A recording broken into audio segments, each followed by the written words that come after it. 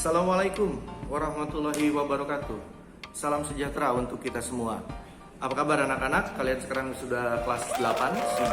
Semoga kalian dalam kondisi sehat dan bahagia sehingga bisa menyimak pelajaran Bapak kali ini.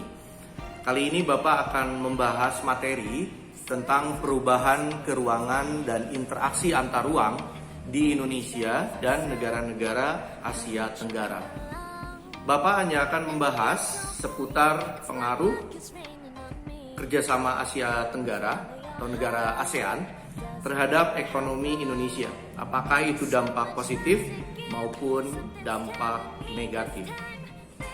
Baik, sebelum kita membahas tentang kerjasama ekonomi di negara-negara ASEAN atau di organisasi ASEAN, tidak ada salahnya kita menyebutkan terlebih dahulu, mengingat kembali negara-negara yang tergabung dalam Asia Tenggara. Kita mulai dari 5 negara pendiri. Negara-negara tersebut adalah 1. Indonesia, 2. Singapura, 3. Malaysia, 4. Filipina, dan yang kelima adalah Thailand. 5 negara berikutnya, negara yang masuk setelah ASEAN berkembang sekian lama, diantaranya adalah Brunei, Laos, Vietnam, Kamboja, dan Myanmar. Setelah kita menyebutkan negara-negara yang tergabung dalam Asia Tenggara, kita sekarang coba menganalisis kira-kira apa saja persamaan-persamaan yang muncul dari semua negara-negara di Asia Tenggara. Mengapa kita bahas? Karena setidaknya nanti kita bisa membayangkan atau bisa memprediksi kira-kira kerjasama ekonomi apa saja yang bisa terjalin di kalangan negara-negara Asia Tenggara. Kita bahas yang pertama. Yang pertama, persamaan negara-negara di Asia Tenggara adalah 1. Memiliki persamaan letak geografis. Asia Tenggara termasuk dalam kerjasama yang berbentuk regional. Kerjasama regional adalah kerjasama yang dilakukan oleh negara-negara dalam satu wilayah tertentu.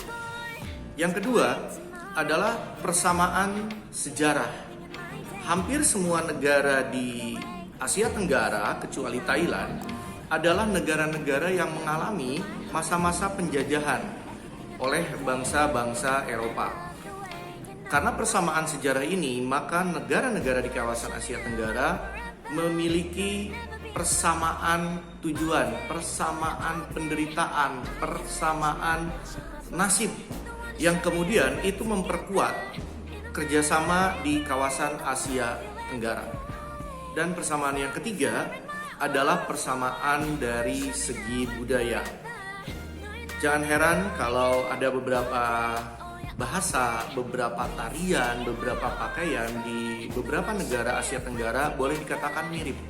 Karena pada prinsipnya negara-negara yang tergabung di Asia Tenggara itu mewarisi budaya leluhurnya, yaitu Melayu Austronesia. Dan yang terakhir adalah persamaan kepentingan dan tujuan. Tadi dibahas bahwa hampir semua negara di Asia Tenggara pernah mengalami penjajahan.